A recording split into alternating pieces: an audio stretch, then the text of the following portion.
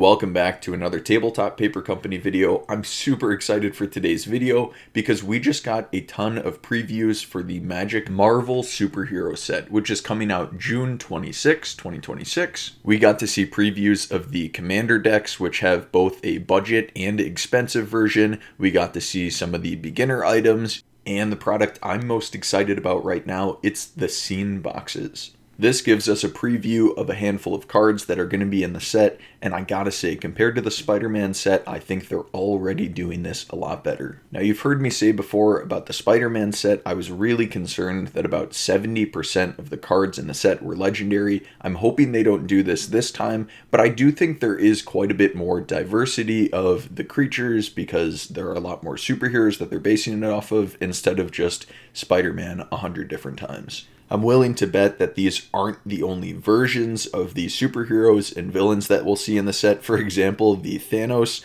all it does is gets a +1/+1 counter when another creature dies. So I'm sure we'll see another version of Thanos in this set. But the card I want to talk about today is Loki, God of Lies. Out of all the cards that we've seen so far, I think this has the potential to be a pretty popular commander. This 3/3 for 3 makes it so that whenever you cast a spell that targets only a single creature, gain control of that creature until the end of turn. If it's your turn, untap that creature and it gains haste until the end of turn.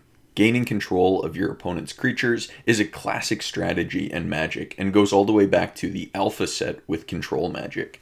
But being able to build a deck around it with a creature that you can continue to recast from the command zone is super exciting to me. So I'm going to talk about the cards that you should be including if you want to play Loki, God of Lies as your commander. One of the key parts you need to note about the Loki card is that your spells need to target only a single creature. So you can't play a card with X in its mana cost and you can target a ton of creatures because that effect won't let you gain control of them. Now, the way around this is to play a ton of spells in your deck that are cantrips. So they target a creature and then are able to replace themselves by letting you draw a card.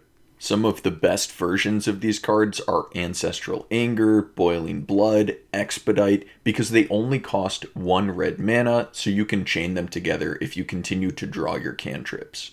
Now, the goal of this deck is to gain control of the biggest creatures that you can and swing into your opponent with them. But in classic fashion with Loki, your next goal should be to destroy those creatures once you've finished your use of them. So beyond including a ton of cantrips, you're going to want to include a ton of sacrifice outlets. The best versions of sacrifice outlets are one that don't cost anything to activate. Regardless of what the ability's payoff is, if you can do this for free, like with Ashnod's Altar, you won't have to worry about running out of mana, and you can just use as much mana as you can on your cantrips, and then sacrifice all of them so your opponent doesn't regain control of their creatures.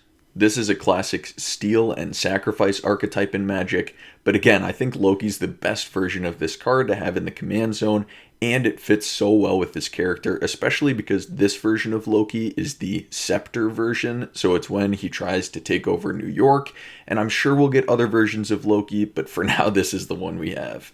I've made quite a few prediction videos and have hit on some really cool predictions. We predicted Rumbleweed, we predicted Animar, we predicted Ashleen.